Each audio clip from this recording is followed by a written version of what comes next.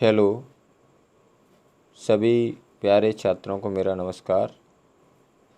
आज हम आपके लिए त्रैमासिक परीक्षा 2021 कक्षा 10वीं विषय सामाजिक विज्ञान के 2 अंक के प्रश्न लेके आए हैं। देखिए 2 अंक के आपके कुल 10 प्रश्न होंगे और कुल 20 अंक होंगे, यानी 2-2 नंबर के आपके 10 प्रश्न आएंगे परीक्षा में। तो इसके हम 2 नंबर के प्रश्न लेकर आए हैं आपके लिए, आप देख सकते हैं। तो चलिए शुरू करते हैं। पहला प्रश्न लेते हैं।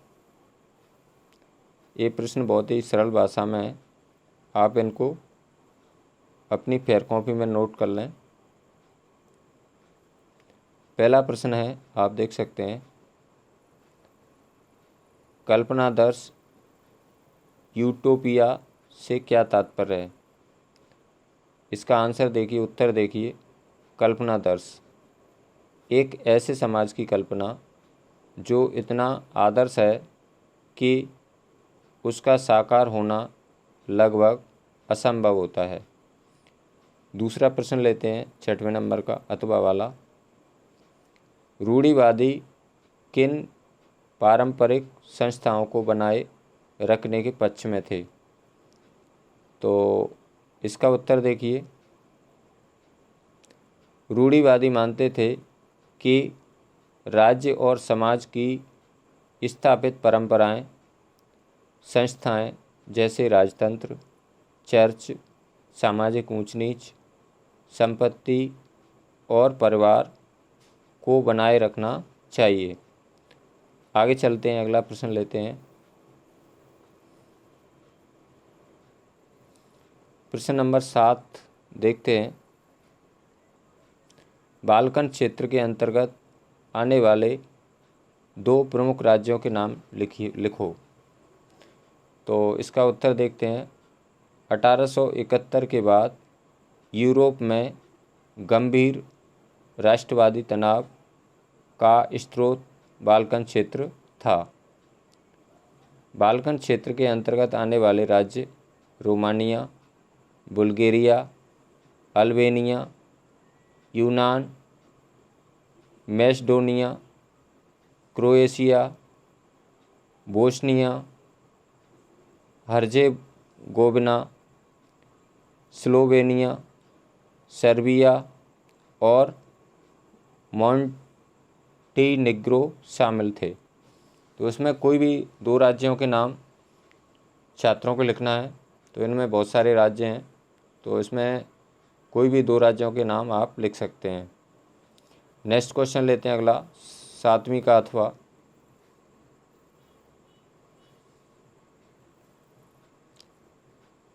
देखिए ये 2 नंबर का प्रश्न है, 7 का अथवा है। उदारवाद का अर्थ बताइए। तो इसका उत्तर देख लेते हैं। उदारवाद शब्द लातिन भाषा के मूल पर आधारित है, जिसका अर्थ है आज़ाद।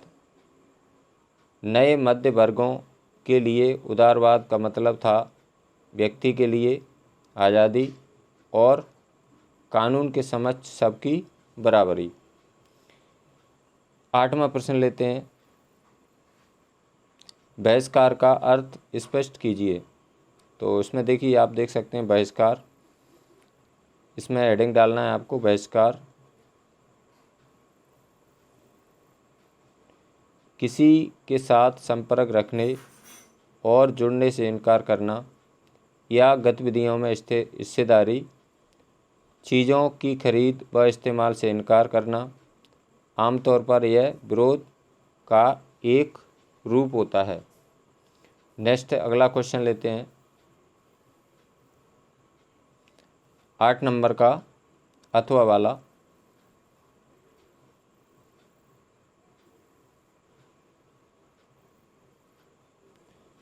आठ नंबर का अथवा वाला क्वेश्चन लेते हैं।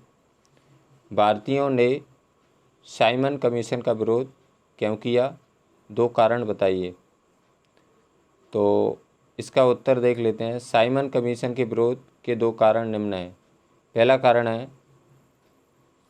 इस 7 सदस्यीय आयोग में एक भी भारतीय सदस्य नहीं था, सारे अंग्रेज थे। जो साइमन कमीशन आयोग था उसमें कुल सदस्यों की संख्या 7 थी, लेकिन उनमें कोई भारतीय नहीं था, सारे के सारे अंग्रेज थे। दूसरा कारण है भारत में स्वशासन के संबंध में निर्णयों का विदेशियों द्वारा लिए जाना। तीसरा कारण है, बहुत महत्वपूर्ण कारण है, साइमन कमीशन के खिलाफ शांतिपूर्ण प्रदर्शन के दौरान ब्रिटिश पुलिस ने लाला लाजपत राय पर हमला किया। प्रदर्शन के दौरान मिले गहरे जख्मों के कारण उन्होंने दम तोड़ दिया। अगला क्वेश्चन लेते हैं।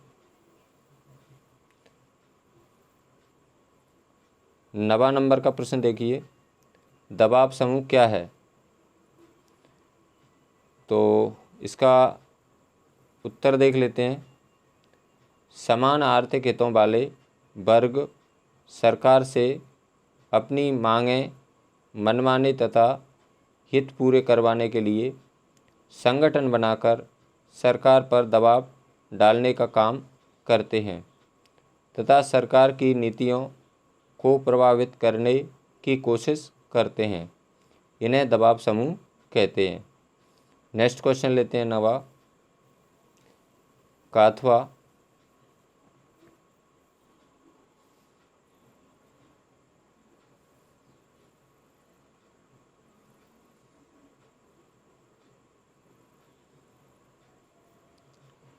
निरंकुशवाद को परिभाषित कीजिए। इसमें आप हेडिंग डाल लेंगे निरंकुशवाद। ऐसी सरकार या शासन व्यवस्था जिसकी सत्ता पर किसी प्रकार का कोई अंकुश नहीं होता। इतिहास में ऐसी राजशाही सरकारों को निरंकुश सरकार कहा जाता है, जो अत्यंत केंद्रीकृत, सैन्य बल पर आधारित और दमनकारी सरकारें होती हैं। नेक्स्ट क्वेश्चन लेते हैं 10वें नंबर का।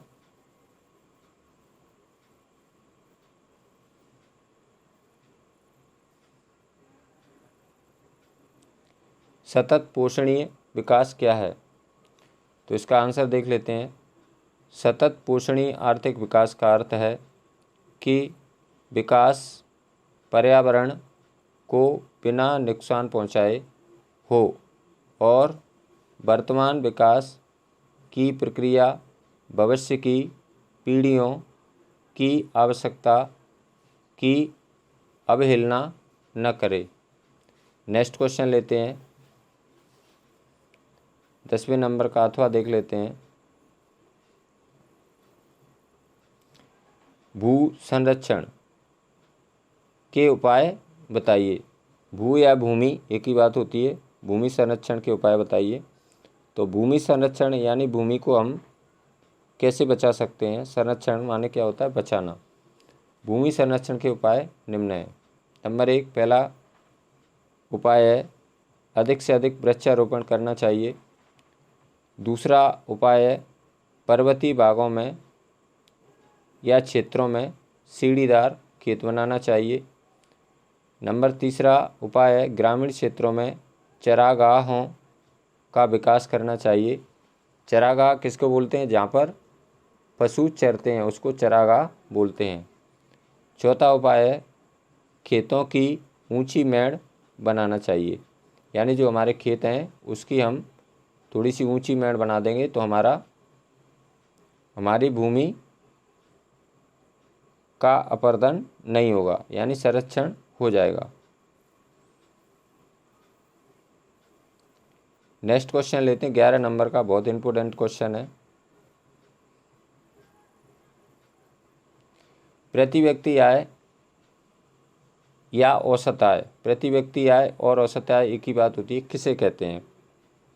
प्रति व्यक्ति आय। आप हेडिंग डालेंगे प्रति व्यक्ति आय। किसी देश की राष्ट्रीय आय में जब उस देश की कुल जनसंख्या से भाग दे दिया जाता है तो हमें प्रति व्यक्ति आय प्राप्त हो जाती है। इसका फार्मूला है, सूत्र है, प्रति व्यक्ति आय बराबर राष्ट्रीय आय और बटे में देश की कुल जनसंख्या। यानी किसी देश की राष्ट्रीय आय में जब उसकी कुल जनसंख्या से भाग दे दिया जाता है तो हमें प्रति व्यक्ति आय प्राप्त हो जाती है। नेक्स्ट क्वेश्चन लेते हैं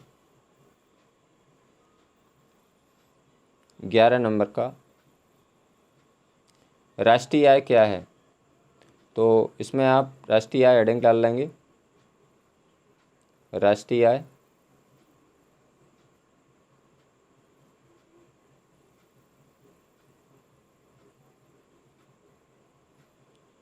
किसी देश के श्रम एवं पूंजी उसके प्राकृतिक साधनों के साथ मिलकर एक वर्ष में जिन वस्तुओं और सेवाओं का शुद्ध वास्तविक उत्पादन करते हैं उनके मौद्रिक मूल्य को राष्ट्रीय आय कहा जाता है। तो ये प्रश्न थे आपके 2-2 नंबर के। इसके बाद में नेक्स्ट वीडियो में आप इसके 2 अंक के और प्रश्न मैं आपके लिए लेकर आऊँगा। तो मुझे आशा है कि यह वीडियो आपको ज़रूर पसंद आएगी और आपके प्रश्न कुल 2 अंक के 10 प्रश्न आएंगे और 32 नंबर के आपके वस्तुनिष्ठ प्रश्न होंगे, 3-3 नंबर के आपके 4 प्रश्न होंगे और 4-4 नंबर के भी आपके 4 प्रश्न होंगे। ऐसे आपका टोटल कुल 80 अंक का पूर्णांक होगा और आपका कक्षा 10वीं का समय रहेगा 2.5 घंटे। तो इन प्रश्नों को आप अपनी कॉपी में नोट कर लें और नेक्स्ट वीडियो में आपके जो शेष बचे हैं इसके क्वेश्चन मैं आपके लिए लेकर आऊँगा। तो मुझे आशा है कि यह वीडियो आपको ज़रूर पसंद आएगी। यदि आपको यह वीडियो अच्छी लगी हो तो लाइक ज़रूर करें, अपने मित्रों के साथ शेयर करें और यदि आप मेरे चैनल पर नए हैं तो मेरे चैनल को प्लीज़ सब्सक्राइब अवश्य करें, जिससे मेरे नेक्स्ट आने वाली वीडियो का नोटिफिकेशन आपको तुरंत ही प्राप्त हो सके। धन्यवाद, सभी को मेरा नमस्कार। थैंक्स, बहुत बहुत धन्यवाद।